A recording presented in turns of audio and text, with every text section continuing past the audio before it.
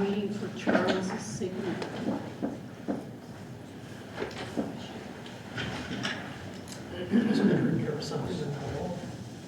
Yeah.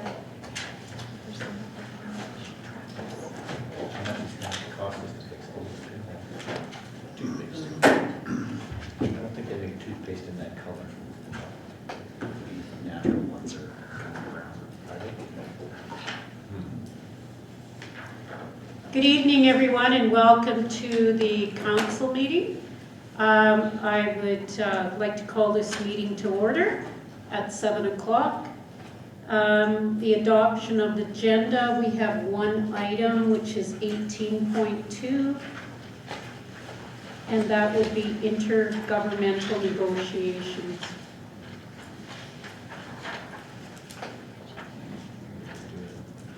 Put it on the agenda. There's an 18.2. Oh, well, then, where's the 18.2? 18.2 is in. Airport beautification. Oh, well, I don't have that on mine. Everything was in the third page. It's the only thing on Okay, so it will be 18.3 then.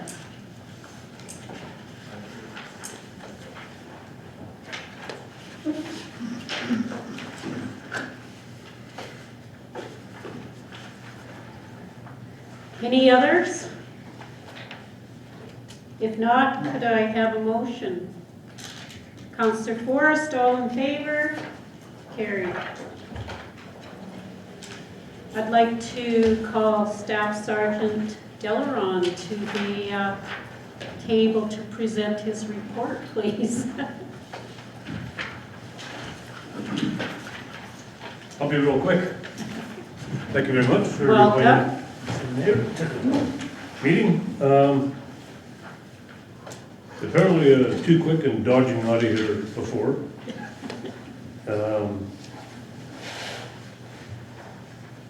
And after thinking about it sometime today, I think there's some enhancements you can make to the report that I provide.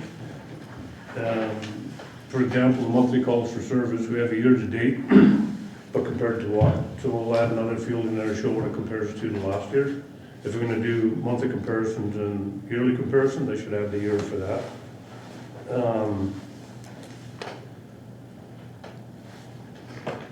And apparently you like things with arrows on it, so if you look, we got the provincial crime gauge. If you look at the one for Western Alberta district, it's compared to pardon me, the one for the town of High Level. The majority, well, I guess nobody knows what I'm talking about. So persons crime in High Level, there's been an overall increase of 8% compared to 9% increase in the Western Alberta district. Property crime has gone down 12% in the Western Alberta district. We're consistent at 12%. Other criminal code offenses, pardon me, has gone down 26% in Western Alberta district, and we've decreased by 36%. Break and enters at the district level, it's gone down 19%. At the high level, area responsibility has gone down 43%. Theft of motor vehicles in districts has gone down 20. We've decreased by 14. And theft under 5,000 is pretty much the same, 28% of district, 27% for high level. This October's report, pardon me, we had a total of 204 calls, whereas last year we had 335, which brings our total to the year for 2020 at 2,503 calls. And next year I'll tell you what it was next year. Next month I'll tell you what it was last year. Prisoner count is 121 for this month, whereas last year it was 219. Our year-to-date prisoner count is 1,154. As I stated earlier, the calls have had a significant decrease over the period, over the last month. There were a number of persons crimes, including assault, assault with a weapon, aggravated assault. Actually, assault with a weapon, assault causing bodily harm. They're not separated, they both fall in the same category. 2 aggravated assaults, assault on police, number of criminal harassment, uttering threats, and 1 using a firearm for intimidation. Charges have been laid on 12 of the files, 2 were unfounded, 1 still under investigation. Sorry, back to the little charts that I was talking about, the decreases and increases. That's from the period covering January to October as compared to the same time frame last year. Because you'll be, there were 0 break and enter files reported in October, the number of impaired driving complaints, the liquor-related acts, incidents, resulted in 2 charges being laid.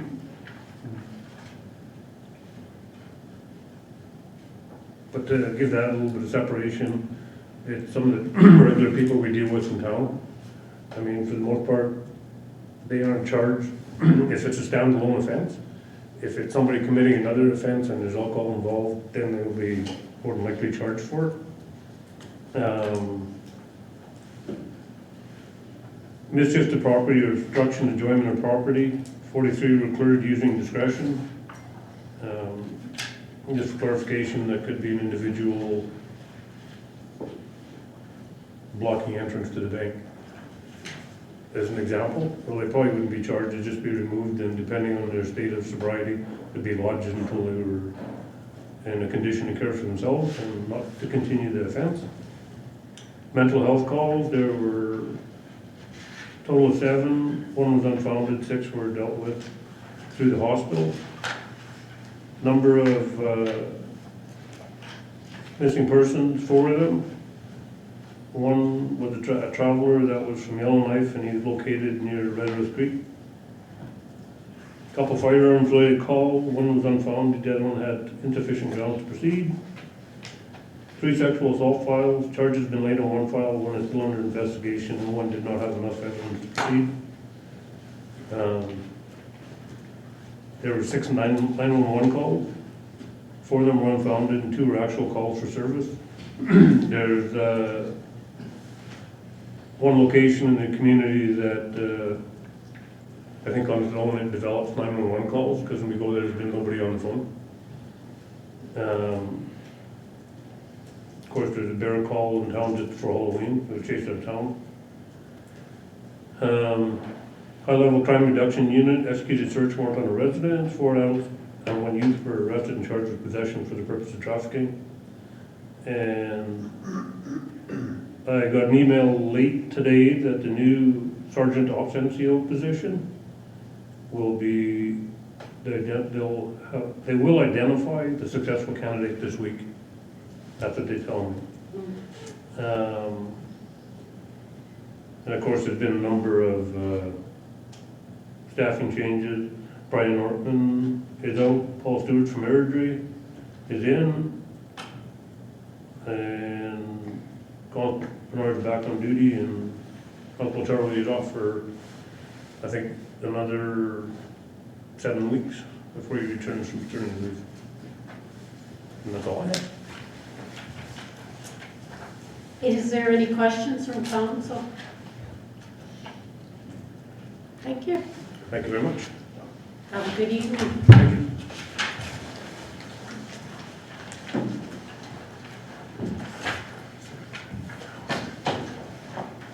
The regular minutes of the October 28th are in your packet. Is there any questions? If not, could I have a motion? Councillor Jessamine, all in favor? Carried. Could I have someone move the RCMP report, please? Councillor Morgan, all in favor? Carried. My report, October 28th, ready meeting. I guess the big thing here is we are looking at A2A and bringing Sean McCaution to high level to speak to both the First Nations as well as to the municipalities. On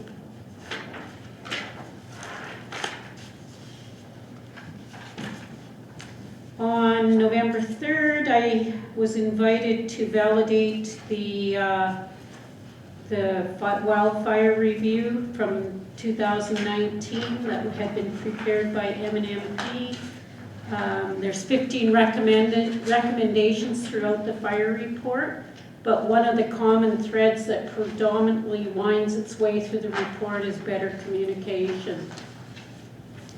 SETI meeting on November 4th, Naday had an update and they are demolishing the trailer park. It's underway right now. They're cleaning wiring out, removing trailers, and they hope to be finished by the end of November.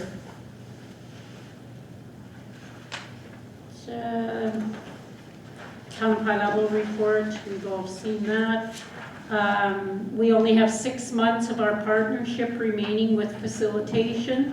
So we are working on having a workshop in January. I sent dates, save the dates to council. I would like tonight to confirm a date, either the 19th or 20th. We are working on our memorandum of understanding, our friendship accord, and that will include myself, Councillor Welke, Jordan Aisles, and Councillor Chonkale. We had updates from the committees. You can read through the remaining deliverables. We also have another important date. That is the Indigenous corporate training. I need to know if December works for you or November works for you by the end of this meeting. It's a 2-hour program, and what time of day would work. And it's got to work for the Dene as well, so not just us, but we need to throw out some dates. Our final workshop is going to be in March, and we have to make sure we use up our SETI grant. So tentatively, 19th and 20th are held for our workshop number 4. November 5th, I did my virtual Remembrance Day speech. First time in 15 years, I guess, that I've been on council. We won't have a Remembrance Day ceremony, which is kind of sad, but with all things, I think the staff did an excellent job of doing a virtual presentation that will air on our Facebook page starting at... We haven't figured out. We're not quite certain the start time, but once everything is set up, that will be. We aren't certain of the start time, sorry. 10:30 and 11. Yeah. Between 10:30 and 11 on Remembrance Day, which is November 11th. So for the Northwest SAR, Lisa was acclaimed as chair, myself as vice chair. We had our State of the Region report. Northwest SAR members that will be attending by Zoom from now on to work with the State of the Region will be compensated from Northwest SAR, as this is becoming very labor intensive for our administration as well as the board members. And then administration provided project updates for Caribou Ranges and the Biscu sub-regional task force. So that's my report. If anyone has questions, I will answer them or try to, or find you the answer. Yes? The Caribou and the planning and the stages, where are we at, like, compared to the federal requirements for the range plans, or Well, target or behind, or we should be? as you probably have heard, we entered into a Section 11 agreement with the with the federal government. I shouldn't say we, the province has entered into that Section 11 agreement, which is to protect caribou. And the reason they entered into it is because they were coming to some fast deadlines.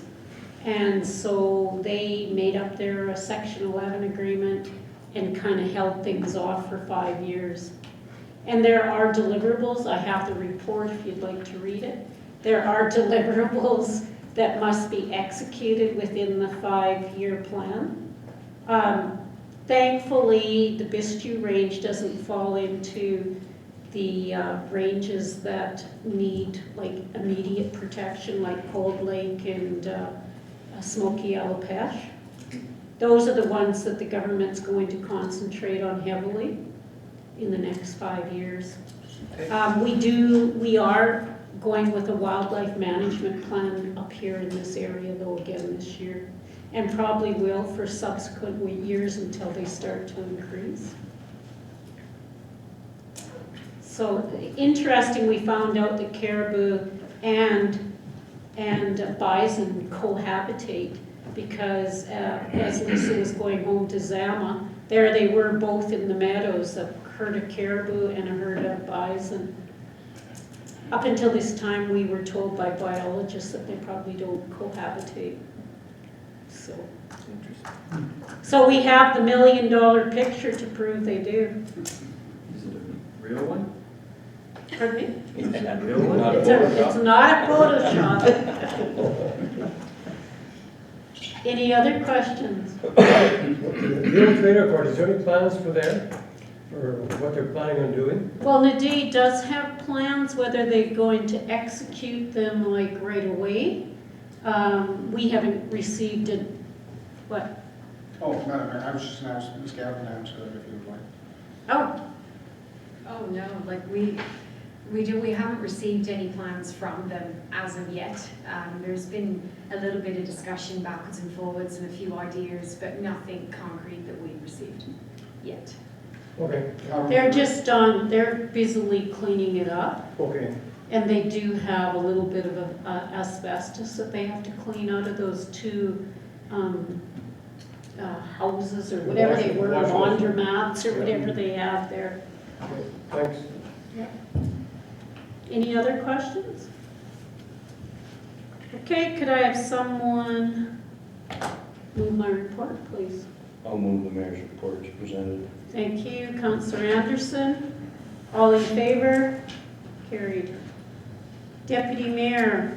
October 28th, I attended the same Ready Board meeting that the mayor's already reported on. On November 3rd and 4th, I attended the RMA virtual convention. Fortunately, I missed the Premier's address because I had to slip out of that for our SETI working group for an hour and a half, but So you missed the mic drop moment. I did.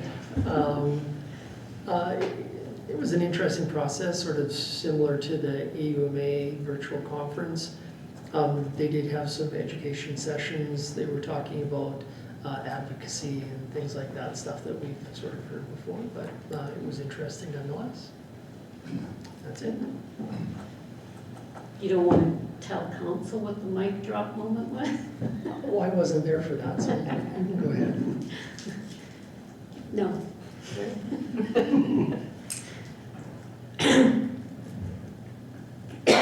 Any questions of Deputy Mayor? Thank you. Councillor Anderson. November 4th, the Golden Range Society, and they're having a Christmas supper, and I do believe it is December the 11th. Although don't hold me to that date, it will be advertised.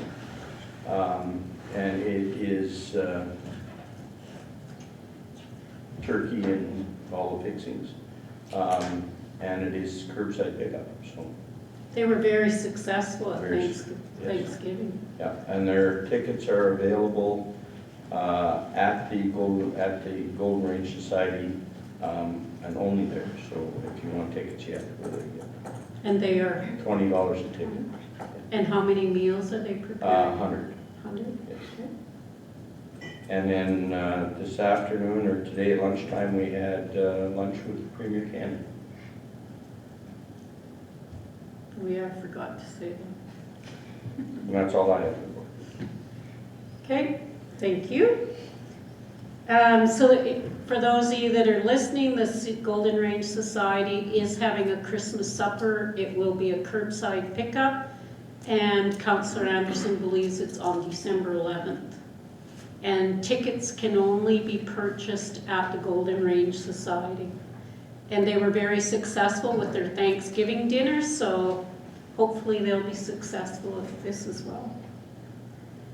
Thank you, Councillor Forrest. Today, November the 9th, with the Premier, that's it. Councillor Jessamine. The same, the 9th as today with the Premier at lunchtime, and that's all I have to do for it. Okay, thank you. Councillor Morgan. I also had lunch with the Premier today. That's it. And Councillor Welke. I also had lunch with the Premier today. And Dan Williams was there as well. And no other meetings to report. What about the opening of the FASD Centre? So the invitations, we're just choosing the format, but it's still set for the 25th at 3 in the afternoon. Oh, because I got a letter asking to speak and I thought it was at 1. Doesn't matter, Yeah, unless it's going to be modified, but I think we wanted to ensure if anybody had to fly in on the invite list that they could make it for 3. But yeah, 3 in the afternoon is what my invitation samples are showing. So. Okay. Thank you. Could I have someone move council committee reports, please? Councillor Forrest, all in favor? Carried. Okay, actions resulting from council committee meeting. Those are. Unless there's any questions out there, or in the package. We're not going to go through them. So Central Mountain Air, they've resumed operations, and it says here that they've responded to the letter that we sent them on the outstanding issues. We're still working through them. They have renewed their leases, and they're good for this year. So we'll have, if there's anything outstanding, we'll bring it forward to council before the end of the year. What kind of schedule have they resumed? Just the Monday, Wednesday, Friday at this point in time. Are they sticking to the Monday, Wednesday, Friday? For how long, we don't know. But yes, that's their schedule right now. What about the water line service agreement? Nothing yet? No, we haven't received anything yet. We have asked. I believe Jordan is trying to track it down. The water won't be turned on until, or wouldn't be ready to be turned on until when? 2020. Yeah. So. The second part of the water servicing agreement is we are in the midst of negotiating with them for a low pressure forced main sewer line to come back. So that should be included in the agreement. So, and how we're going to manage that if it goes through. They're in the middle of design and we're trying to figure out options to get it to town. So both communities can accept this program. So the MOU that we sent, that they sent to their lawyers, is going to be sent back to us and have that included in it? Seems that way, or we could have a separate agreement. The issue right now is it probably won't be till the end of 2021 when the nation gets their water services installed, and so there's no rush to turn the services on. I thought there was a rush for the MOU. There was. The minister in charge of the funding had given us, and the MOU was a requirement for the project to proceed. They allowed us to proceed without the agreement knowing we were working on it. Okay. Is there any other questions from council? No? Could I have someone move the report then? Deputy Mayor, all in favor? Carried. The capital project status report. Any questions?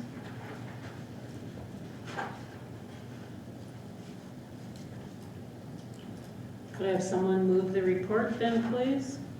I'll move the capital projects. Okay, Councillor Welke, all in favor? Carried. Financial report.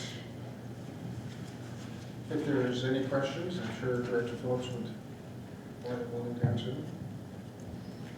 Good evening, Madam Mayor and Council. I've included the same format for the financial report for October. You do see an increase in our accounts receivable. We did invoice out a number of Alberta Fire Chief invoices and fire invoices, so that's where your increase of 16,000 comes from. And we are still waiting for the province and have confirmed with them that they will be paying their GPOT balance owing by the end of December. Any questions? Ms. Phillips, none? Could I have someone move the financial report? Councillor Morgan, all in favor? Carried. So the monthly report to council by administration. Yeah, Madam Mayor, so the report is in there, and I'll start and kick it off, and then we'll just move around through it. Okay. We'll hesitate after each area if there's anything the council wishes to ask of administration. Okay, thank you.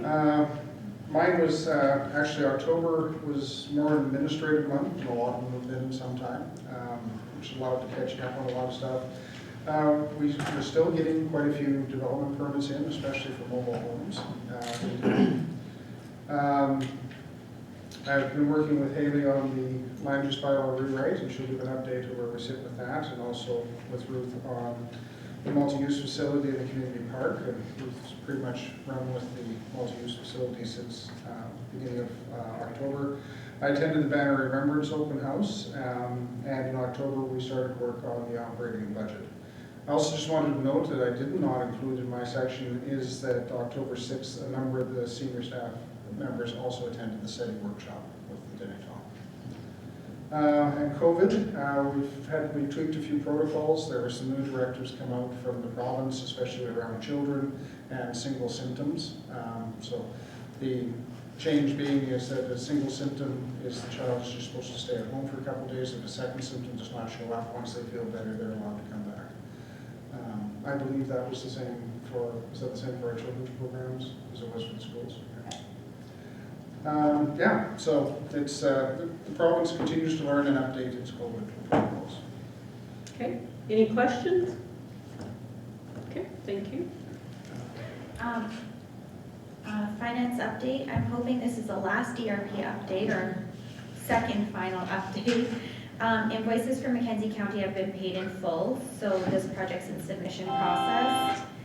And confirmed with AEMA that both invoices from City of Grand Prairie and County of Grand Prairie have been paid in full, so that project is complete, the mutual aid project.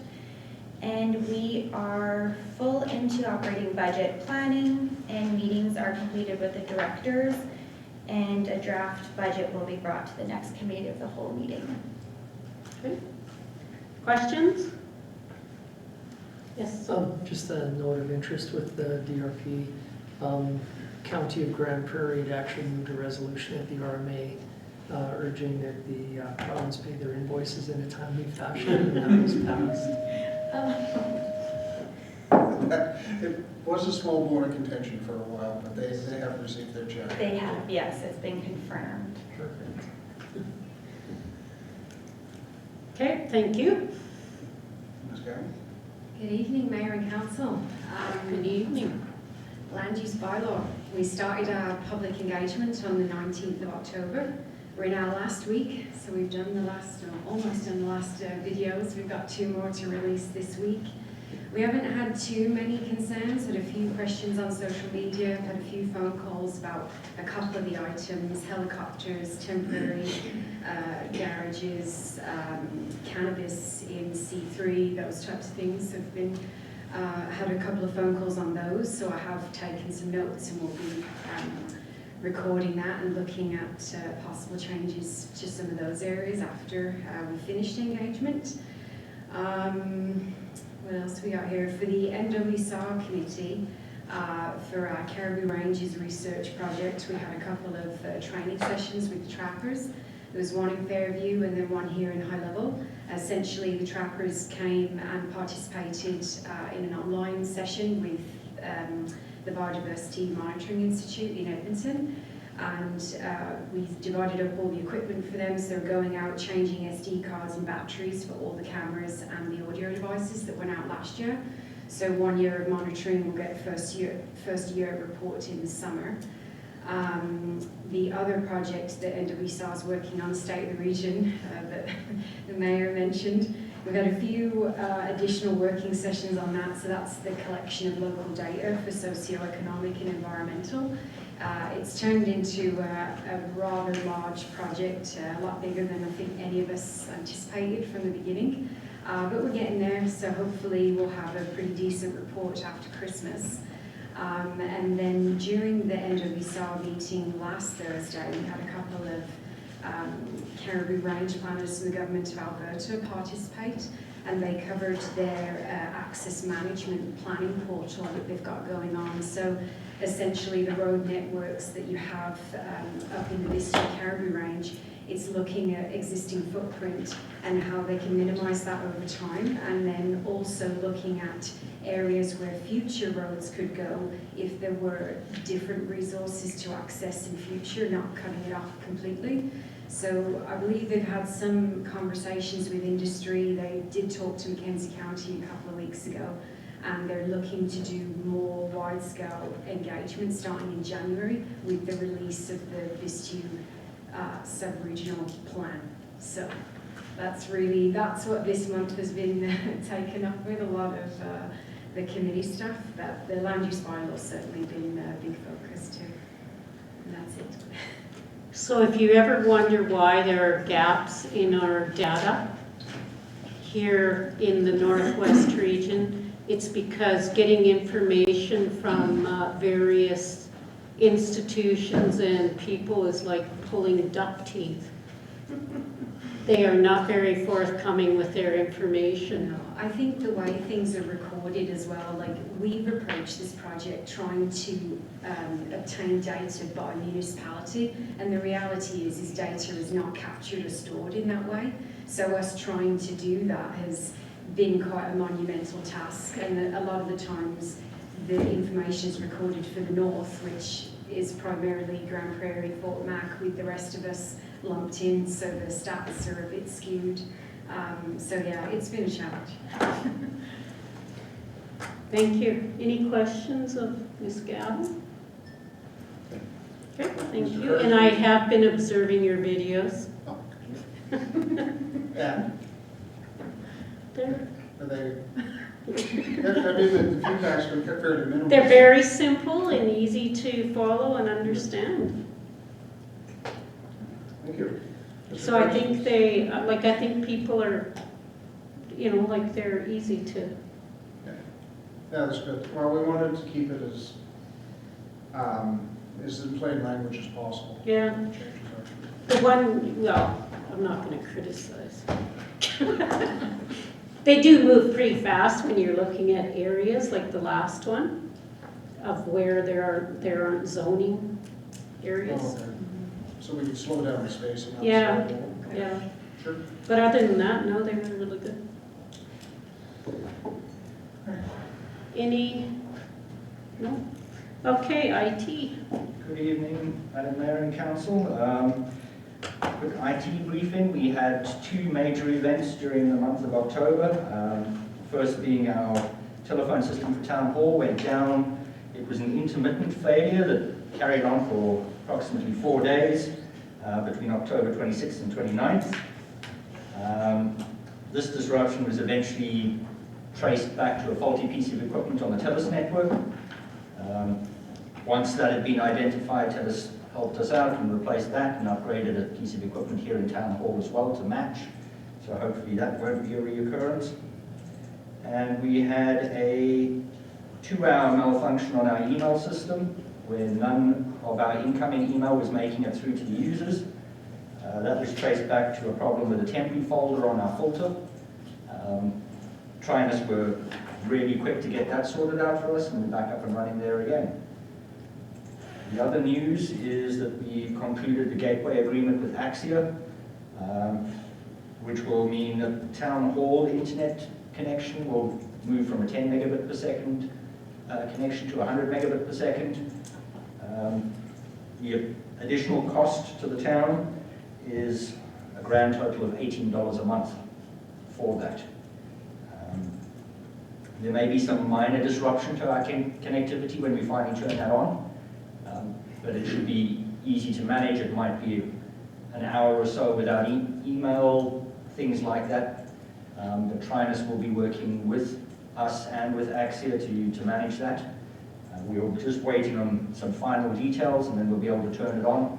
Axia have managed to get that to the building. It's now internal and Trinus holding up. The works, but we'll get on that as soon as we can. That's it for IT.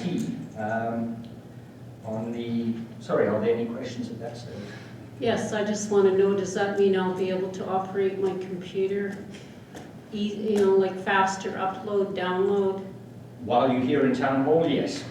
Oh, this is where it's the slowest. Anything else? Okay. On the human resources side, we have 2 new vacancies. One was created by the resignation of a WUI team member, and another created by the resignation of a sports complex assistant. We wish Jenna Rushton and Nolan Holditch every success in their future endeavours. The vacancies will be advertised as soon as we can, and we'll hold those interviews as soon as we can as well. The previously vacant sports complex operator position has been filled, and we welcome Marlon Fiddler to the team. We currently have 2 protected positions being covered by acting staff. However, I have heard that one of our protected positions, that staff member will be returning to us on November 30th. So we'll be down to 1 protected position. That's it for human resources. Are there any questions there? I think there's the $1 million question about the announcement of broadband. Council's been asking, so maybe you can explain that. What would the $1 million question be? With the federal funding being announced, will we be able to tap into that? We will certainly be working towards that. Until we see exactly how they're going to structure it, it's very difficult to answer that. Previous funding rounds have been limited to the territories or to rural areas. There's always fairly targeted and focused areas that they want to work with. I'm not certain where their focus is going to be this time. So I'm hoping it's sort of northwest Alberta. And so they've announced it, so between the time they announce a grant and actually put it out there, it's usually a space of how long? I've seen previously with the previous broadband one, a space of around 3 months, but I really wouldn't like to speculate. Okay. Okay, thank you. Thank you very much. Mr. Sharp? Good evening, Mayor and Council. I just wanted to point out the town's Facebook page in the last month, and we experienced what I consider probably the single best month of engagement we've had, certainly since I started tracking it, possibly ever, I'm not sure. So between the 1st and 28th of October, we reached an estimated 64,000 people on Facebook, which is almost double what we normally get.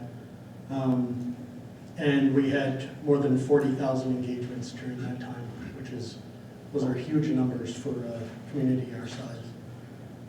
We also gained 111 followers, which is much higher than normal. We usually get maybe about between 60 and 80 a month.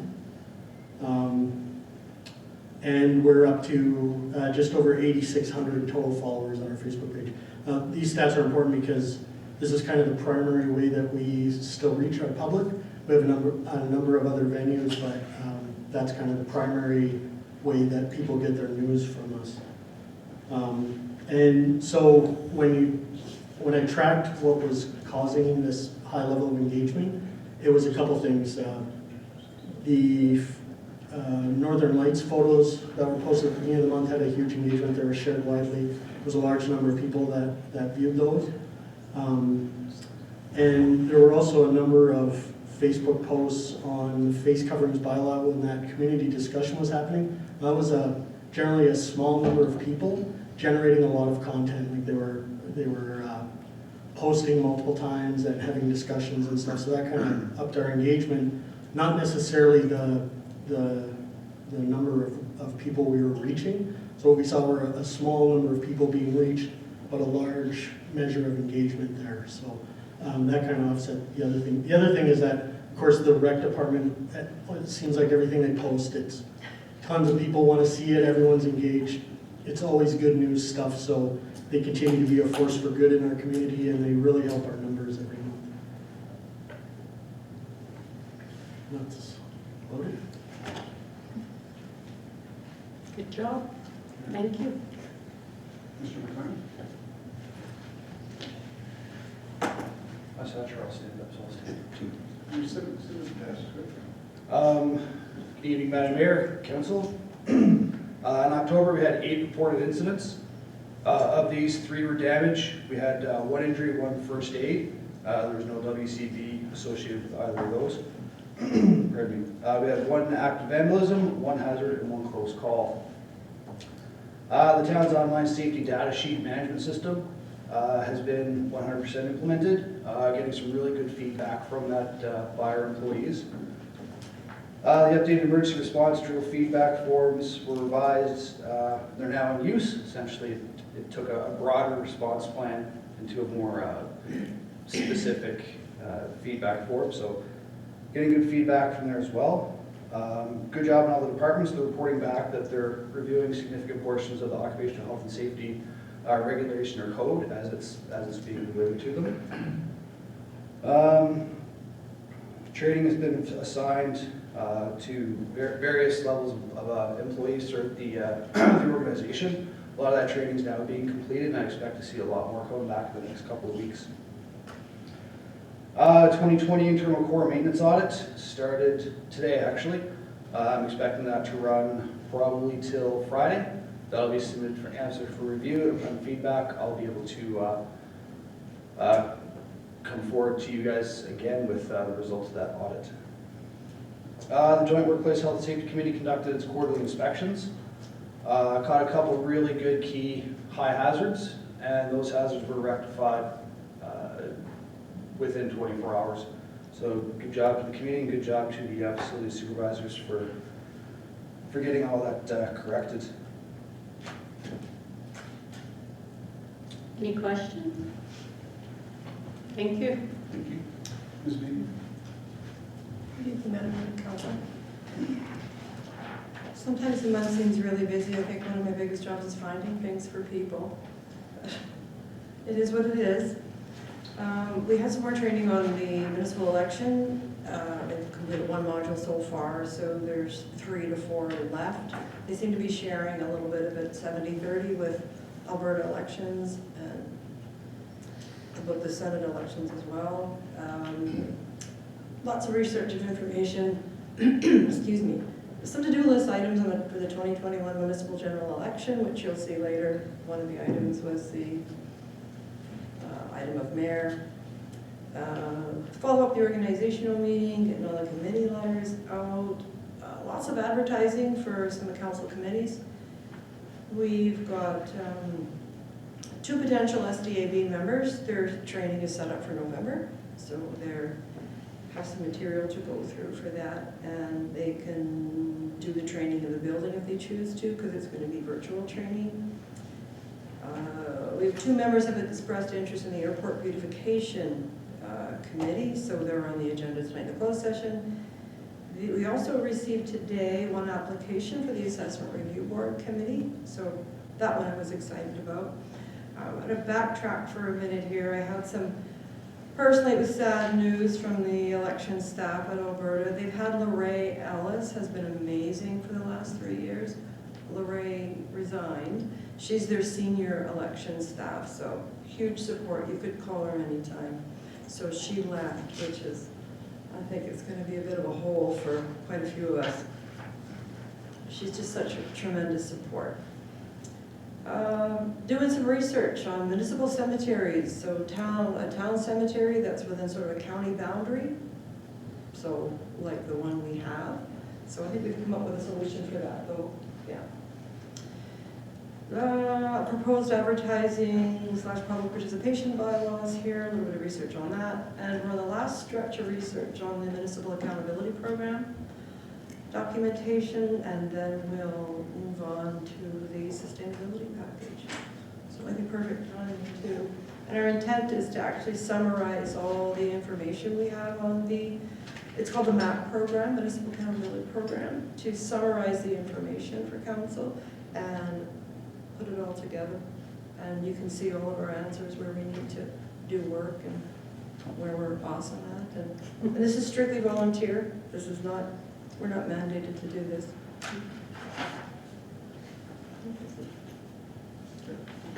Thank you. Thank you. Director Rolfe, do you want to take the community services section? Sure. Good evening, Mayor and Council. So administration met with the Curling Club board at the beginning of the month. We weren't 100% sure whether they were going to be able to operate or not. They were pretty nervous with the COVID guidelines and having the ability to make it viable to run. They're going to go with triples. That's kind of something that's happening provincially and nationally, going to 3 people instead of 4. And it allows you to distance more too, so you can have all the sheets of ice going at the same time. They really pushed for more teams, and so they're up to 16 teams, and they're making their ice, and they're giving it a go. They may need to look at some assistance financially, so maybe coming back to council, but they're a go for now, so that's exciting news. We started our Snow Angels program, so that was a grant we applied for back 6-7 months ago under injury prevention. And that's to help our seniors and people that have disabilities that have a hard time cleaning their driveways and their areas in front of their house. And so so they don't trip and fall and that sort of thing. That's how we got the injury prevention. So it's been fairly good response so far to that.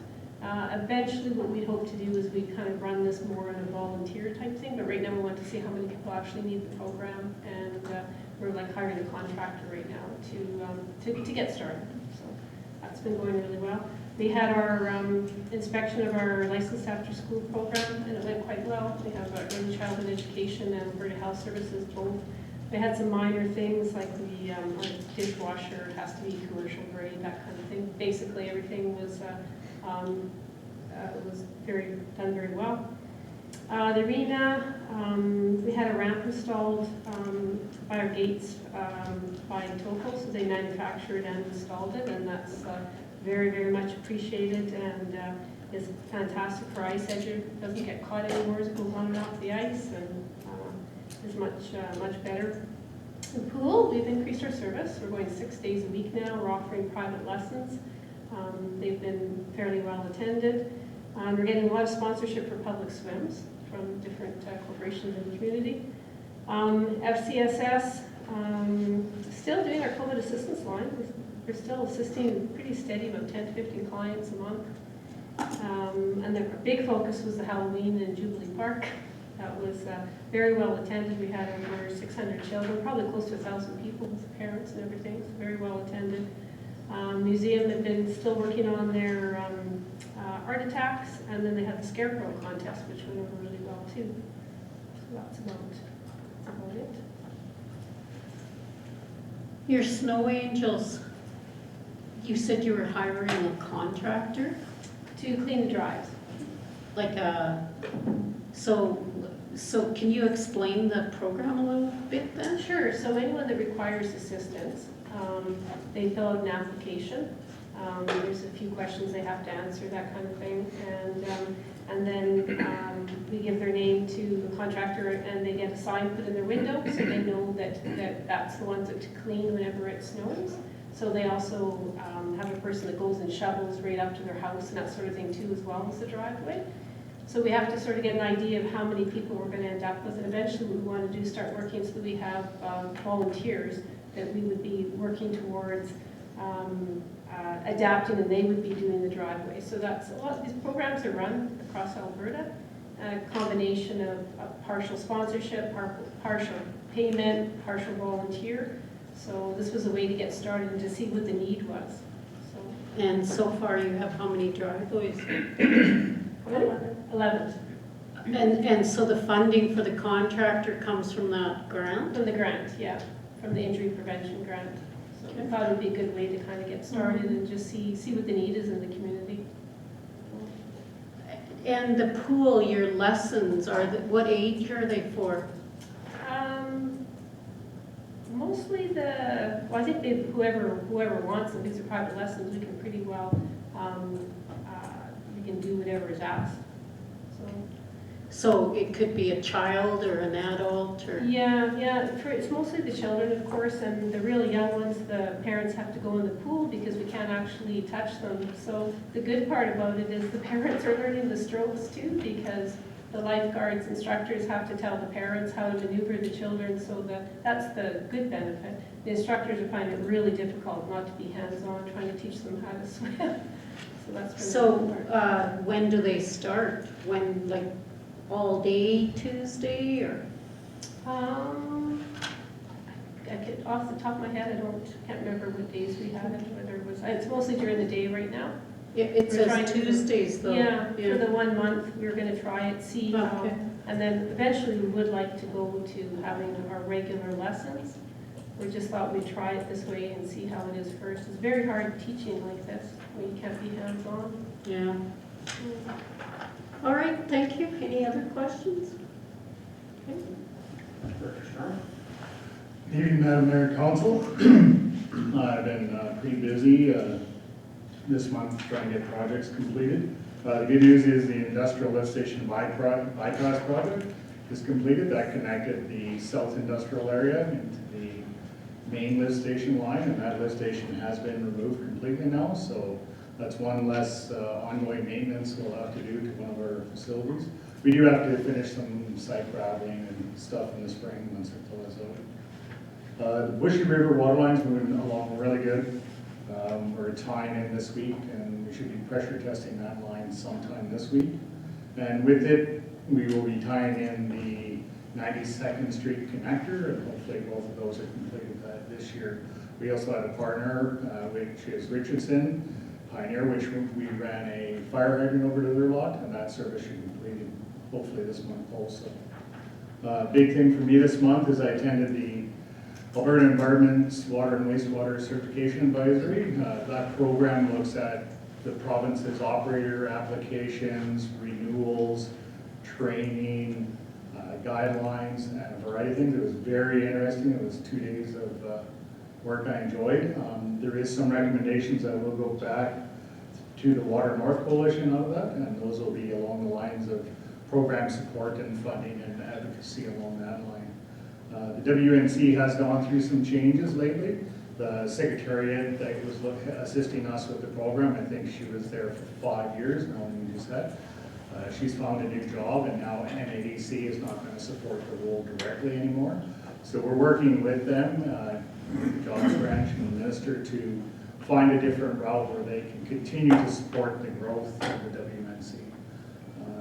We haven't had a meeting for a while, and that's probably one of the reasons. So we are looking at keeping the Water North Coalition going. There's no talk of abandoning it. So.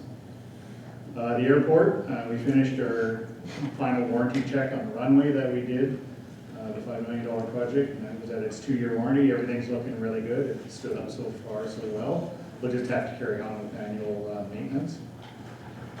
In October, we had a new staff member this summer, so in October they spent quite a bit of time doing training on potential snow operations, and I'm assuming that worked out really well this week, that the training was done. One of the big things they've done with the SMS, or the safety management system, is they went from a manual and we digitized it all to make updating easier, as well as accessible for a variety of forms.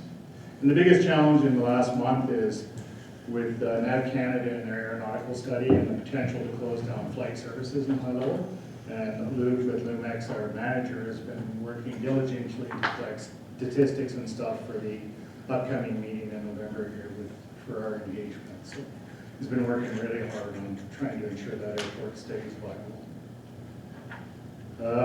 Public Works, we spent a lot of time in October on our hydrant program. That involves flushing every hydrant in town and then pumping them out and then going back and make sure that they're not leaking and filling with water so they don't freeze. And then once they're good, they put a food grade antifreeze in to keep the bottom end from freezing in the winter. We had quite a few this year go bad. We did some normal potholes and we assisted recreation this year with Remembrance Day banners. Our guys enjoyed that greatly and we're preparing for Christmas now. The primary water service of the old main large 6-inch water service that used to feed the high-level trailer park was completely removed right back to our main, so there will be no freezing or issues in the future. Any new development, they can connect into that main in whatever area they wish. Utilities, sewer lagoon was emptied this in October. We did have a visit from the enforcement officer with Environment Canada. It's the 5-year inspection, nerve-wracking to say the least. It's Environment Canada, but they did some testing, and one of the tests they do is called a trout test. They take sample of our discharge and put trout in it to see if they die, and they haven't died apparently, so no news is good news so far. So it does prove that our water is currently holding its own, but it was a nervous week. We had one transfer pump, one of the main pumps in the water plant quit. Of course, that was an expensive thing. We did try some new ultrasonic algae controllers this year from the old brand we were using. We had to update them, and we found it really good. This summer we had no algae blooms in our reservoirs, so literally we're killing algae cells with sound. Kind of cool stuff.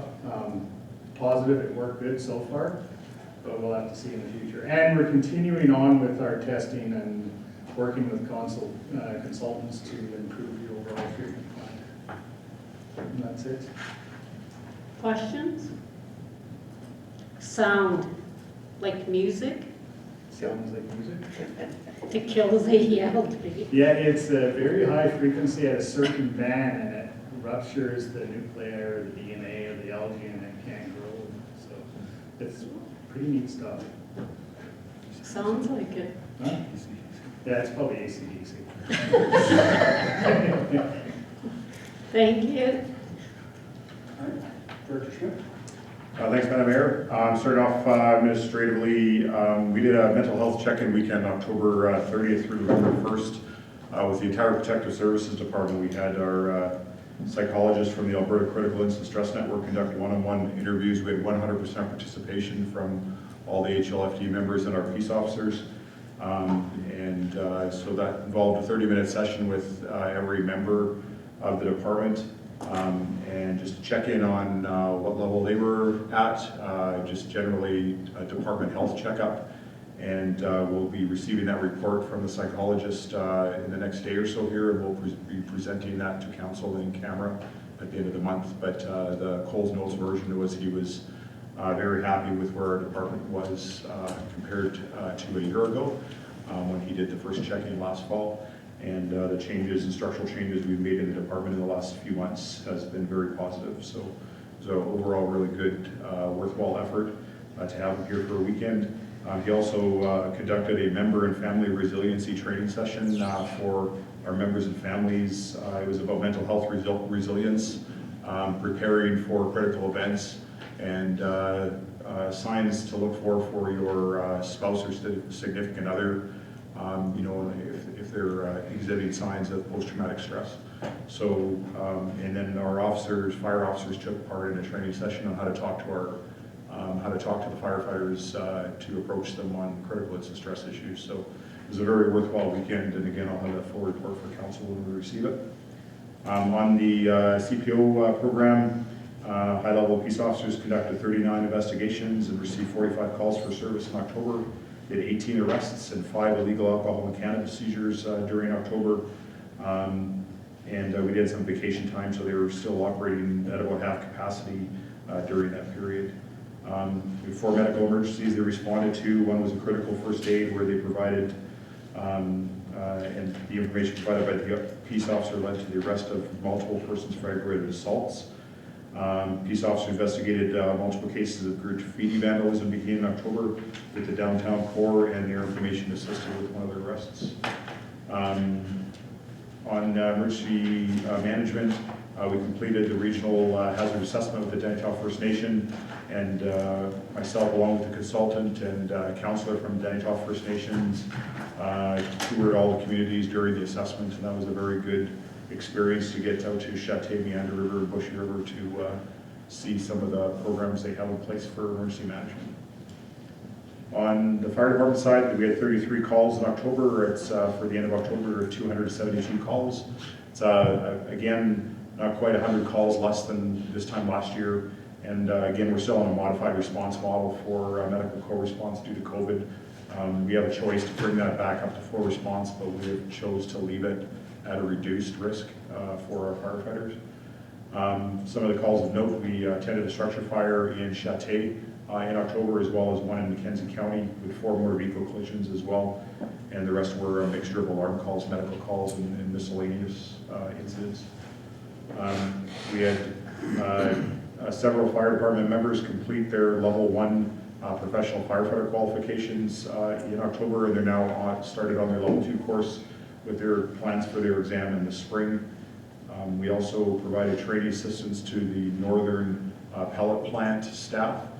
They used our training facility for a 3-day program on basic industrial firefighting, and our WUI team members tidied up the final portions of their course feedback from the season.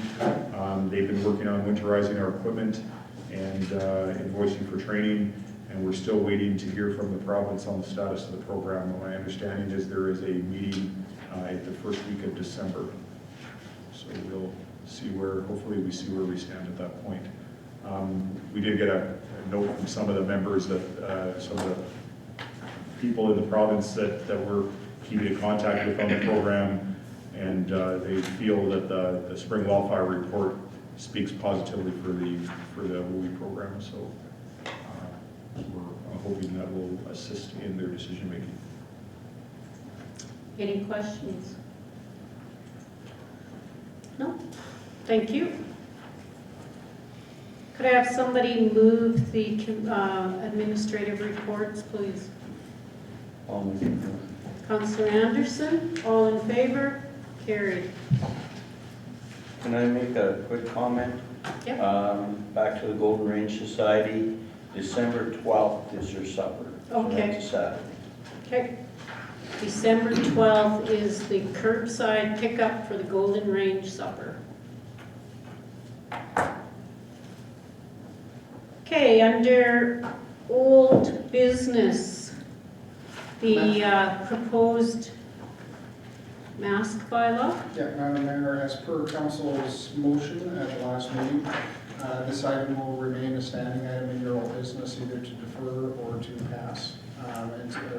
So either to defer until you believe there's an issue, or pass if there is one. So the deferral motion only moves from meeting to meeting. We could also table it for, For a longer period of time, yeah. I'll move that we table it to May the 10th, which is the first meeting in May. It's 6 months, it gets us off administration, and they can bring it back at any time. It just keeps it off the agenda. Council? Any discussion? Madam Mayor? Yes? I would like to see it still available to us. But I would like to discuss the triggers. We didn't really seem to have discussion on that trigger, but it's still set at 100. And if I don't think that's appropriate for this, and if that's the case, then it's not really something that would be relevant to activate anyways for our region. So I don't know if others have a discussion on that. So we have a motion on the floor right now to table for till May 9th, did you say? 10th. Be the first council. So let's entertain that motion first. So with the tabling, it can still be brought back at any time. But he wishes to discuss the triggers. I guess. So we have to entertain this motion first. So you can either pass or defeat this, and we can come back to discussion on a different motion. So if it were to be added to the agenda at a future meeting, it could be brought back before the suggested time for the motion. It can be brought back at any time by council request. He's just removing it from the agenda so that we don't keep coming back to it time and time again. Okay. Any other discussion? Councillor Forrest, do you have something to say? I don't like to delay it, really tell you the truth, that long. I'd like to see it get over with. I mean, this is ridiculous. You know, everybody else is so worried about it. You take like all the cities, every town, they want masks. And I think we should be doing the same thing. I honestly think we do. We should. It's getting worse every day. But once I again, think delaying it is foolish. once again, I guess the cases in high level have not produced. The hospital, even though we're down 10 beds, we still don't have COVID patients. I guess that is, as businesses see, is, you know, like they don't want their businesses, I don't want to say penalized, but people turned away. But that's not yet. It could happen anytime. We could have a real breakout. And so this is the reason that the bylaw is being tabled, so that if there is a breakout, we can bring it back to the table.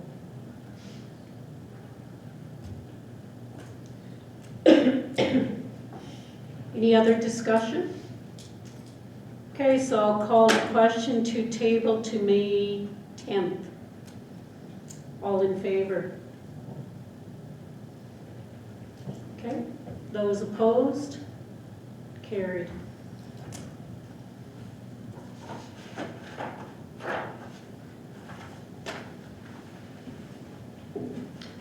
So, did you have some discussion on triggers? Well, perhaps if we bring it back. Perhaps we can put it on the committee of whole for discussion. So it gives administration time to further research triggers, because that 100 case trigger was put on there because that's what Calgary had. Yes. As we're on this topic, Madam Mayor, I would like to just put it out there, when we at the last council meeting, we was in favor to hold that trigger as part of the bylaw.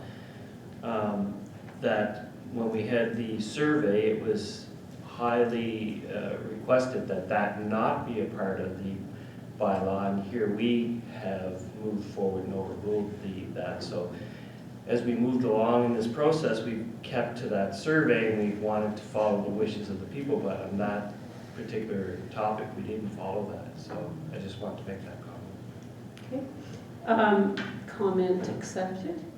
So that is something for discussion.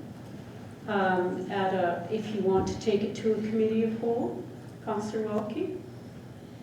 I would like to, I'm happy that this bylaw is still available to us to activate should the need come. My biggest fear is that we kill something that we need to bring back, and then there's the big, like quite a process to activate it again. If I could comment on Councillor Jessamyn's comment too, I think the public perhaps did stress a desire to not have a trigger, but that then creates a bylaw that is in effect without review until it's not in effect anymore. So I think that a trigger of some sort is important, and I'm not sure if the public commented specifically on that, or if, you know, if that was requiring clarification, but that's what I feel the whole point of a trigger is it allows the activation of a bylaw to come in and out of effect with as a situation arises. So, but I'm happy to discuss this even further at a later. Well, we need to know what sort of trigger. If you don't want 100, what do you want? 2? Do you? I mean, this is a discussion that we have to have. If you want a trigger, there's got to be a number, or there's got to be an outbreak in the school, or the hospital beds are full, or no trigger. Well, this is the discussion that I would have liked to have prior to, you know, a motion being made to table it. If we now accepted a tabling motion, I would be happy to bring this up at a future meeting, a committee of the whole, or wherever and whenever it's appropriate. So, council? That's what committee of the whole's for. Yeah. Yeah. So could we make a motion to which committee of whole you would like it brought to? To next week? It doesn't have to be right away. I'm not ready to make that motion at this time. I'll make that motion, yes, at the next committee of the whole, we have to discuss this. I would like to have it very clear which direction we're going, because I don't feel that we have it very clear. We got to get this trigger points talked about, and be prepared when it's time to pull that trigger, that we all know and are comfortable with making that decision. So I'm making a motion that we have it at the next committee of the whole. Okay. Discussion? Okay, so the motion is to have this discussion at the next committee of whole, which is November the 16th? Yep. Yes, ma'am. All in favor? Opposed? Carried. Okay. New business, the tourism development strategy. Madam Mayor, I'd like to invite Ms. Clark to come out and present this on behalf of the community. Good evening, Mayor and Council. In September, we met with the partners to go over the Partners in Tourism program. We wanted to review what we were currently doing, and what was going well and what wasn't working. Throughout our discussion, it was identified that they didn't feel that putting money into advertising was putting heads in beds. We discussed some different options, but decided that High Level needed a visitor's guide and map. This guide would show walking trails, parks, and places to stay, etc. We also spoke about a summer position that would focus on summer event planning. We do see a value in the partners being a member of the Mackenzie Frontier Tourism Association, so we'd like to go ahead and pay their membership fees for that. Lastly, the partners feel confident in the matrix that was created by the town when it comes to the tourism enhancement grant, so they do not feel that they need to attend the meetings. We are requesting that we dissolve the tourism enhancement grant committee effective immediately. Do you have any questions? I said it really fast. I have a few questions. Anybody else on council? Okay, so you had a meeting with the partners, whom are the hotel owners. Yeah, we had a meeting with Ash and Tarek. Okay, and they decided, or they thought that the advertising that we are currently involved in, like the advertising in Hay River, Move Up Magazine, had no merit. Yeah, so we brought our tourism leader, and she brought all of the current advertisements that we are in right now, and we showed them all of them. I might get Ruth to help me answer this question. So we went through all the publications that we brought them and reviewed them, and they really felt that a digital platform would serve them far better, and didn't really feel that it was promoting their hotels, their enterprises, with having these different publications. So even the publications by Mackenzie Frontier Tourism? Well, when we showed them those as well, so they thought it would make more sense for them to have a membership with the Mackenzie Frontier Tourism Association and go with that. So, but they didn't feel the individual. I mean, to be quite frank, they pulled out various publications and asked us, have you looked at them? And we all said yes, and said, you know, did you look at this particular hotel, this particular place? Would you go there as a result of having looked through this publication? And we actually weren't sure if that would be what would trigger us to go, so I'm not, anyways, I'm just saying that's what they kind of, so thought that was fair enough. I'm not saying there's not value in publications. I think there's lots of value in all the publications. I just don't know necessarily for the amount of money that they're paying, they felt that there would be better for the money to put towards an event coordinator that would be advertising, bringing events in, putting their heads in the bed.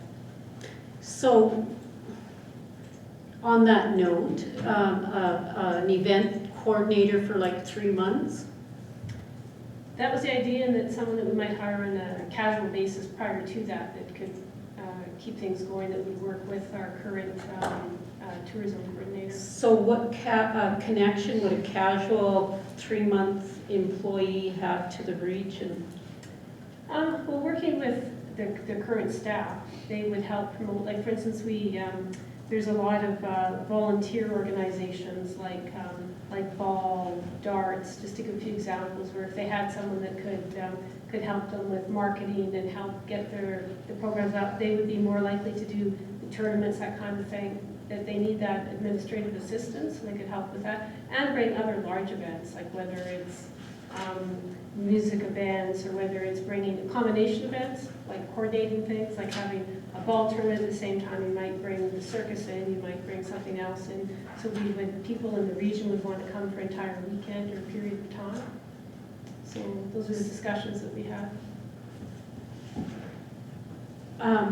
Just saying that we have gone down that route of an event coordinator, and it didn't really help our region. I mean, we had a full-time employee that did that, and it didn't, you know. So I'm just trying to figure out, like, and I'm not for, I don't care about I mean, I do care about the advertising, but I'm just thinking like an events coordinator that's only hired for 3 months to do that.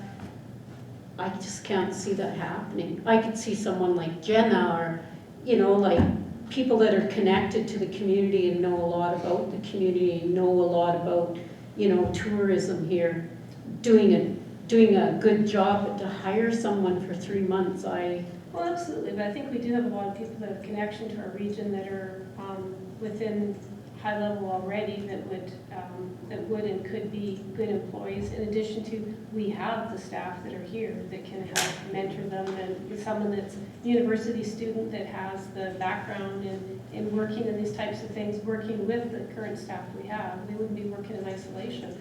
I think that would be the extra support that we really could move a lot of these different events and help a lot of the groups that are out there, move them forward.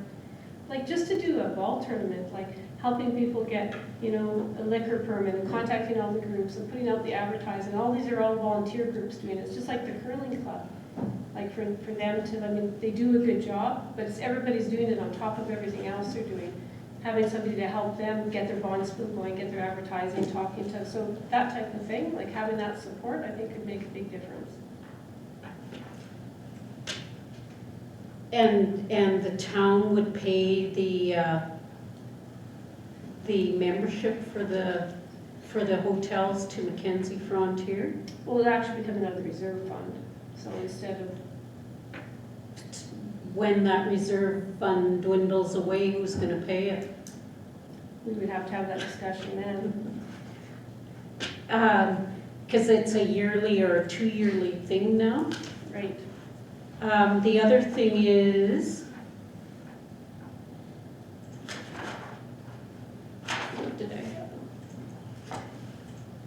You said they want to move to a digital platform, so how would the town of High Level making its own tourism package or brochure be moving to a digital platform? I think they do a lot of that on their own already, and they're quite successful at it. So like, between the social media and stuff that's already using it with the hotels themselves are using, they're finding that that's very successful. They're not seeing that these publications are really as beneficial as they once were.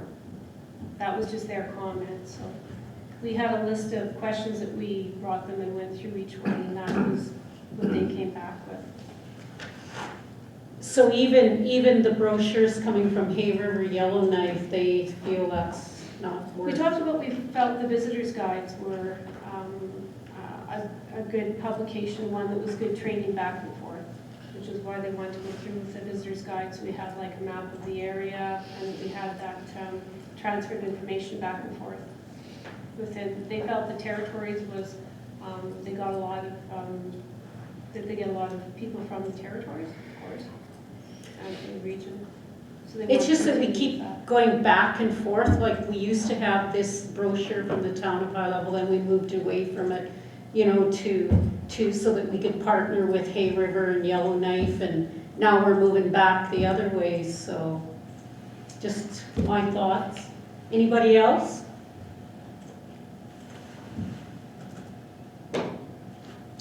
They're still inaccessible. Why are you puzzled looking?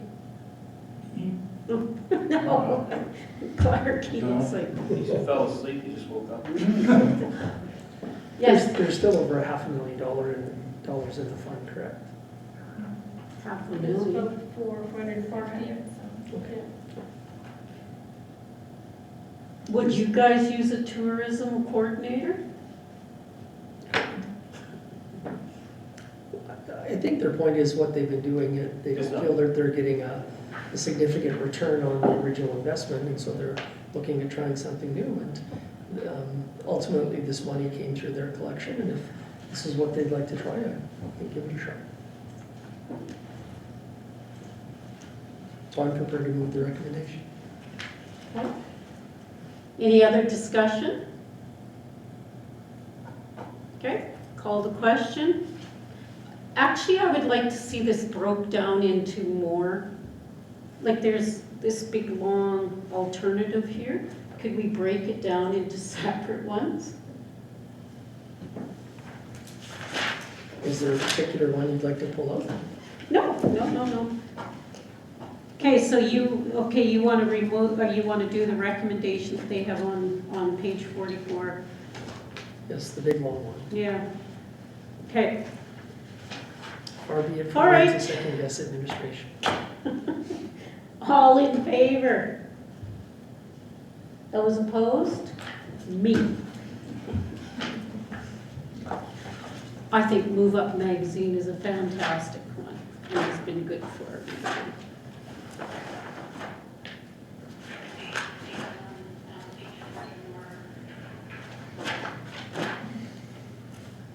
Okay, so City Council availability. Council, this is one of our last working groups. I would appreciate council being there. If you, Were we at the last one? not all of us.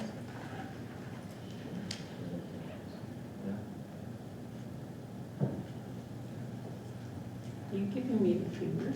No. So 19th or 20th council.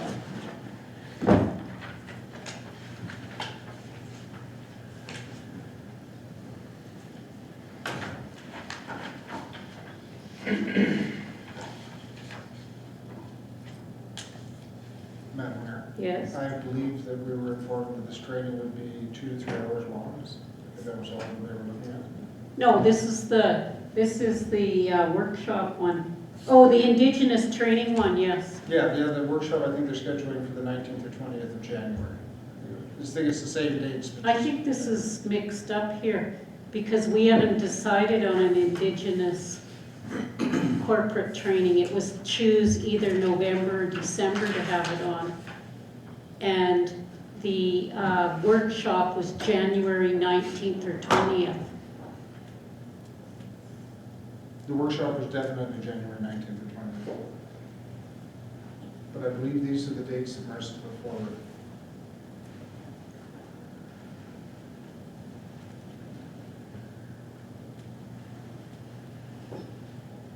So January 19th or 20th, let's discuss that first. Either or at the moment. Yeah. Yeah, well, that's what we say, and then something comes up and we boot SETI training. I've already looked it in my calendar for. 19. I have a manager's in the 20. 19. Sure, 19th. Alice? Yeah, good to 19th. My calendar's. For right now, the 19th is fine. Okay, so the 19th of January for workshop 4.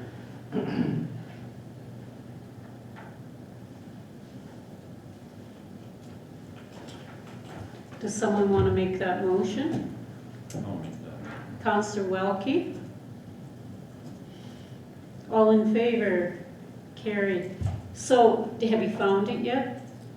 What I got back from Marissa was to choose those that signed up for corporate training. Not everybody signed up. There was Jan and I and Terry and Boyd. So which month works better for you? No Christmas parties this year, so. What do you mean? Are you having a Christmas party? You wanted to go to that as well. Perfect. You wanted to go to that training as well. Yeah. November or December? Early December. Jan, Doesn't matter. whenever we decide. Mm-hmm. You're easy to deal with. Anything but Monday and Friday? Or Thursday. If I know some specific dates. Well, she just told us to choose a month, and it's 2 hours, so. Early December, like December 8th or something like Uh, that. December. Probably, December 8th, and okay. anything but Monday, I would say. Okay. Yeah, me too. All right, I will get back to her with that. What is this? Administrative request, council's participation in Christmas events.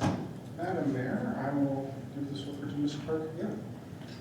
Good evening again, Mayor and Council. We just wanted to review our Christmas events. So November 23rd to the 27th, the museum will be open for Christmas shopping for the Chamber Merry Madness. November 27th and 28th, the Humane Society will be doing their Santa photos at the museum. December 5th, we're planning for our Christmas open house, hopefully sleigh rides and crafts. We're trying to figure it out and if we can get sleighs. We're also planning a Light Up the Night Christmas light contest. It'll be advertised a little earlier than November 30th. And then on December 17th will be the judging night. So we are wondering if 2 counselors would like to be on the judging committee. We want to have 2 counselors, 2 seniors, and 2 youth. And we've already contacted the Transportation Society to see if we could use their van and go kind of for a little drive around to judge the houses.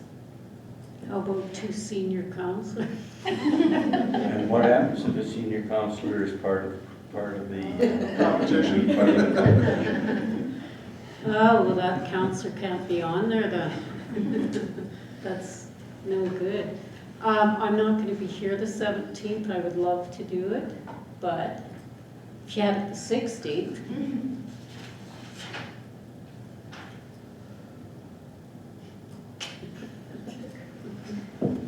I'll do it.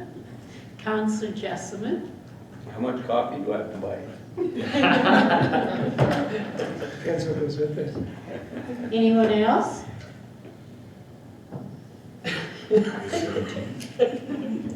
What time does it You're getting start? behind, Mike. She's looking a hole right through it. Provided I'm back from the retreat, I could. Sure. Okay. Deputy Mayor, But the date? 17th. December 17th, I can send you calendar invitations as well. That's a Wednesday. Thursday. Thursday.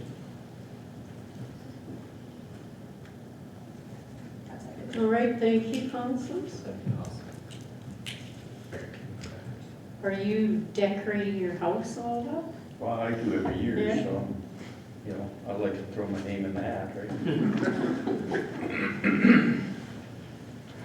All right, did you need a resolution for that? Probably because you are asking Okay. two councillors to participate in this. Do you want to make a motion, somebody? Councillor Forrest moves that Councillor Jessamine, Councillor Deputy Mayor Jessamine and Councillor Deputy Langford. Mayor Langford. All in favor? Carried. Can we bring guests in the red alone? I think we only have us for Well, if you have a bus, you probably could. There's only 8 seats. Oh, got social distance, Yeah. right? All right, the next one is 13.4, the proposed advertisement. Madam Mayor, Section 606 of the Municipal Government Act allows the municipality to set its means of advertising. There are a few rules that are under Section 606. The administration would like to bring this forward to request that the main means of advertising for the town be set as the town's website, with the newspaper and social media backing up that notification. As an example, one of the reasons we would like to look at this is we're also going to ask you, if you pass first reading, to set a public hearing. Under normal circumstances, we would have to wait until next Wednesday or 10 days from now in order to advertise the first time over a 2-week period in order to set a public hearing date. So it delays the entire process by 10 days. The same thing happens with our development permits. Where we receive one tomorrow, we pass it, we can't get it into the paper until next Wednesday. It has to be advertised for 2 weeks on a discretionary use or a variance, which means that individual can't proceed until that period is over, or they proceed at their own risk. What we're proposing is that, is in the bylaw. Sorry? Fair enough. Is that any notice required to be advertised under 606 of the Municipal Government Act by a bylaw or resolution, meeting, public hearing, or other thing may be given in accordance with the timelines prescribed in section 606 by publishing detailed notices on the town's website, www.highlevel.ca. The town may also use one or more of the following to advertise detailed notices or summaries of the website notices of the newspaper, the town's social media site, or any other methods that may be established by policy. So what it will is it'll speed up the processes of the town's notification, and by using multiple methods, it also increases the amount of public notification. So would there be enough time for people that don't have social media to get the information? Yeah. So if they were relying on the newspaper, which of course is distributed to every resident, we would start counting. Say you set a public hearing date. By the time we got up on the town's website, which would probably be tomorrow, it may be Wednesday before we start the count to give that whole day. So it would give an extra week in advance. It would still go in the paper the next week, and it would still have 7 more days until it closed. And that would still, that would meet the provincial guidelines of advertising for 2 weeks? I think, Dr. Misbeam, I believe the maximum was 14 days, or the average is 14 days on most issues. 14, but it has to be 5 days prior to the meeting. So the last day of advertising still has to have 5 days before the actual meeting. So you can't cut the notification off right before the meeting. So we still have to follow those rules. Okay. The main benefit in this is probably development permits. It just allows them to get out, and anything that's discretionary or variance, that's much quicker than the developer or the applicant gets to process it, or gets it processed. Okay. And we don't have to sit with just one. We can use them all. Mm-hmm. So, but the primary would be the website.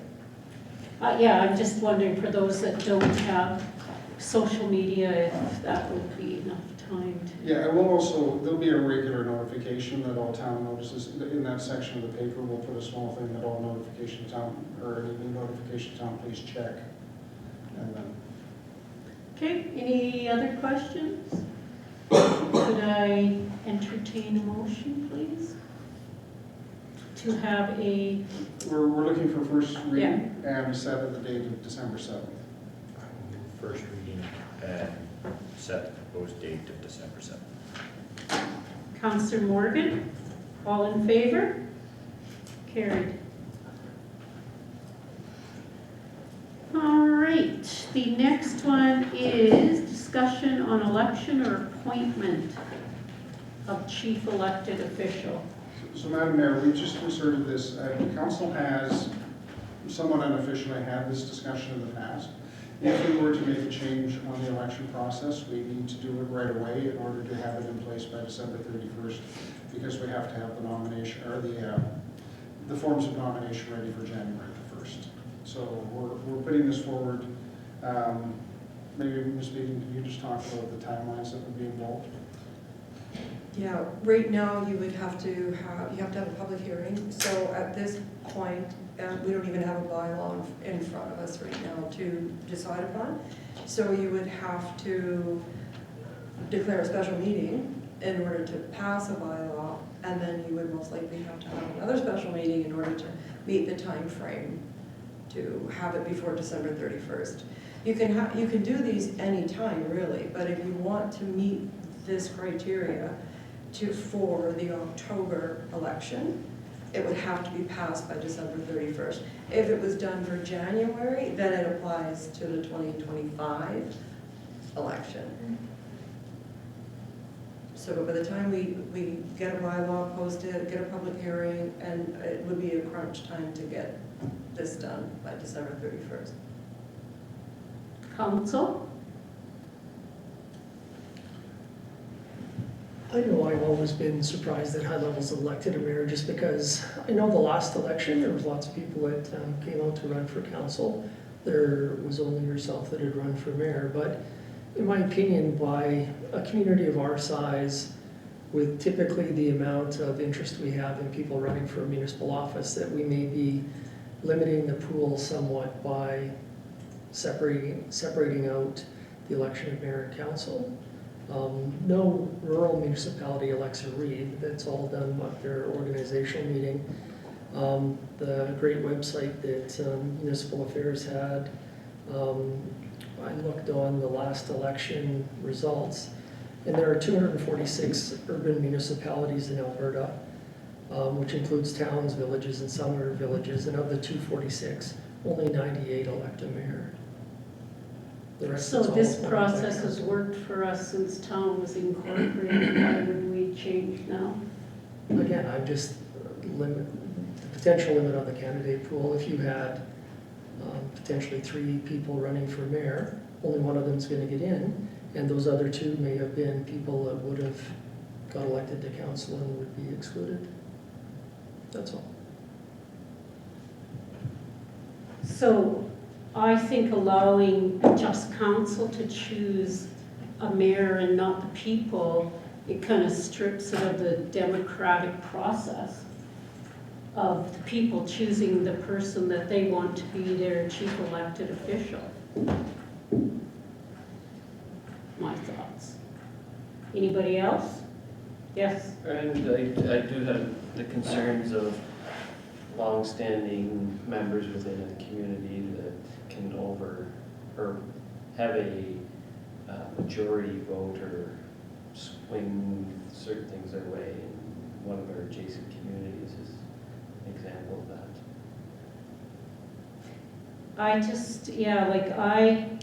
I think that our community deserves an elected mayor, somebody that can put the time into doing the job. And today was a typical example of the premier showing up here 2 days in advance and had, some council members not been able to come to the meeting.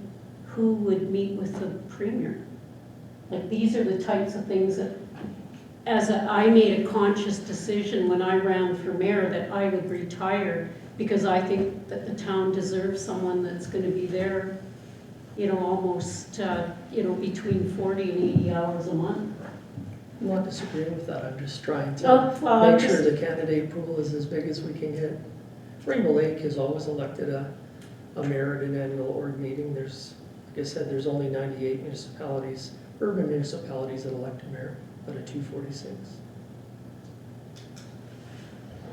And this, Madam Mayor, this wasn't brought forward by anybody or anything. It was a list of to-dos on my checklist to take off before December 31st. Councillor Welke, Comments? do you have anything to say? Well, I would, I guess agree with the deputy mayor in that, and with yourself in that the right person gets chosen and the responsibility, you know, gets chosen either way. I like the idea though that if you had some candidates that would be great on council, but then don't get to participate because they only ran as mayor, whereas you would have all the pool of the best people within council, and then deciding on the chief official. I still think that it's a democratic process where the people decide who's the best person to pick, not the council. That's just like a very democratic feeling that I have. Mike? I think it's a level of commitment. When a person puts their name forward to be mayor, they are committing to be the leader of the government, for lack of a better way of describing it.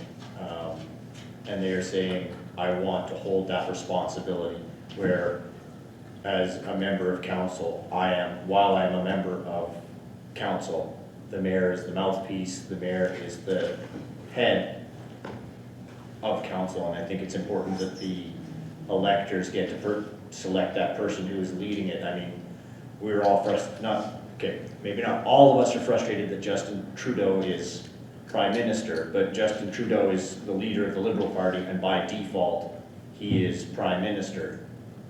None of us voted for Justin Trudeau. He wouldn't be my first choice.